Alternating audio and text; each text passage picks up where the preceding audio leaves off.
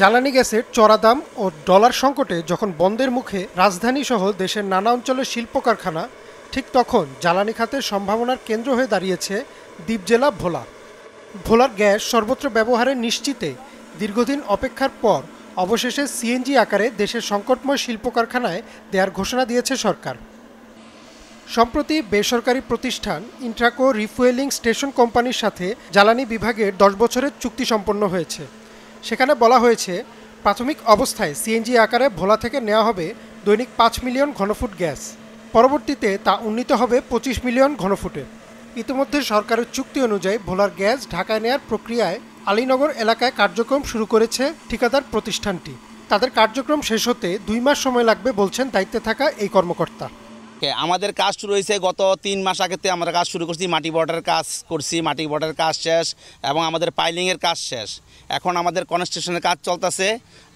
আমি আশা করছি আগামী 2 মাসের ভিতরে আমাদের কাজ ইনশাল্লাহ কমপ্লিট হয়ে যাবে এবং এই 2 মাস পরে আমরা ভোলার যে গ্যাসটা আছে এটা ঢাকা নিয়ে আমরা সরকারি যে আছে নিয়ম নীতির ভিতরে আছে আমরা ঢাকা পৌঁছাতে পারবো ইনশাল্লাহ।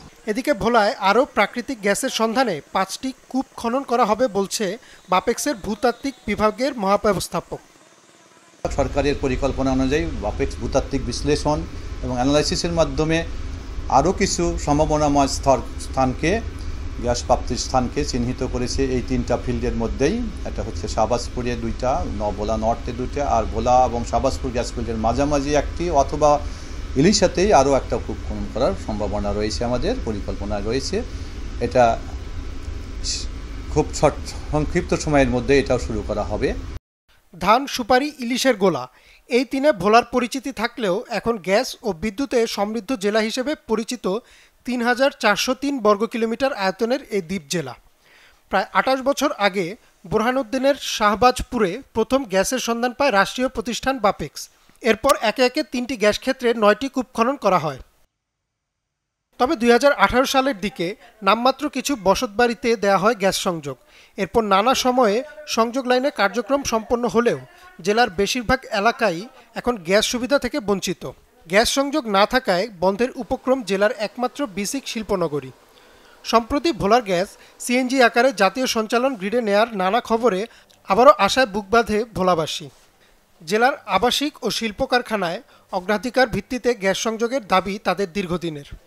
আর ব্যবসায়ী নেতারা বলছেন, গ্যাস সংযোগ পাওয়া গেলে গড়ে উঠবে ছোট বড় বিভিন্ন শিল্প প্রতিষ্ঠান, বাড়বে কর্মসংস্থান। আমাদের এখানে উৎপাদিত গ্যাস আমাদের দাবি আমাদেরকে আগে দিয়ে, এবং আর না হোক আমরা যারা টাকা জমা দিছি, আমরা করোনার আগে টাকা জমা দিছি। আমার হেলিপোর্ট রোড, পুরাতন হেলিপোর্ট রোড বাসা, ওইখানে আমরা 24টা লাইনে টাকা জমা দিছি। 8টা লাইন দেওয়ার পরে লাইন বন্ধ হয়ে গেছে।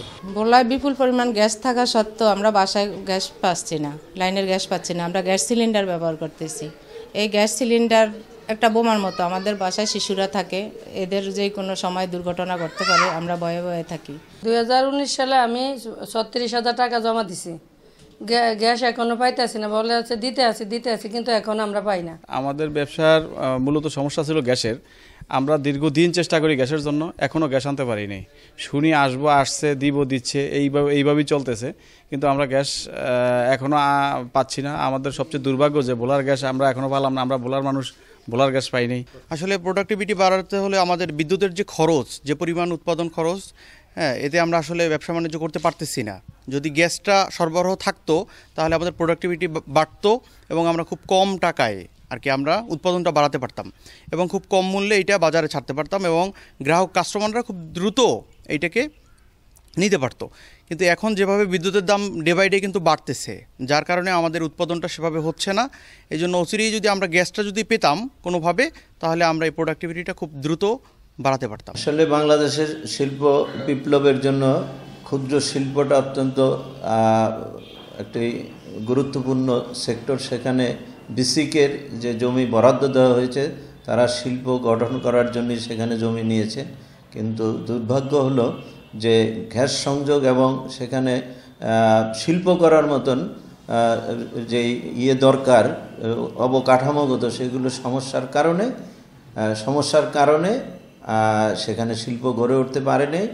আজকে মাত্র আমাদের সেখানে 93টা প্লট যেখানে তৈরি করা আছে, সেখানে 89টা প্লট বরাদ্দ করা নিয়েও কেউ সেখানে সঠিকভাবে শিল্প কারখানা গড়ে তুলতেছে না, যার জন্য ভোলার সম্ভাবনা হয় শিল্পক্ষেত্র আজকে সেখানে এক ধরনের পরিত্যক্ত অবস্থায় আছে বলে আমরা বিসিকের এই শিল্পনগরীকে আমরা দেখতে পাচ্ছি। তাই আমরা আমাদের চেম্বার অফ কমার্সের পক্ষ থেকে আমরা সবিনয়ে অনুরোধ জানাবো সরকার যেন এই শিল্প প্লটগুলার যারা বরাদ্দ নিয়েছেন তাদের অনুকূলে যেন গ্যাস সংযোগ দিয়ে শিল্প করার সহযোগিতা করে। এদিকে ভোলার গ্যাস ভোলাসহ দক্ষিণাঞ্চলের ভাগ্য ও শিল্প উন্নয়নের কাজে লাগানোর দাবি জানিয়ে এসেছেন বিভিন্ন সংগঠন।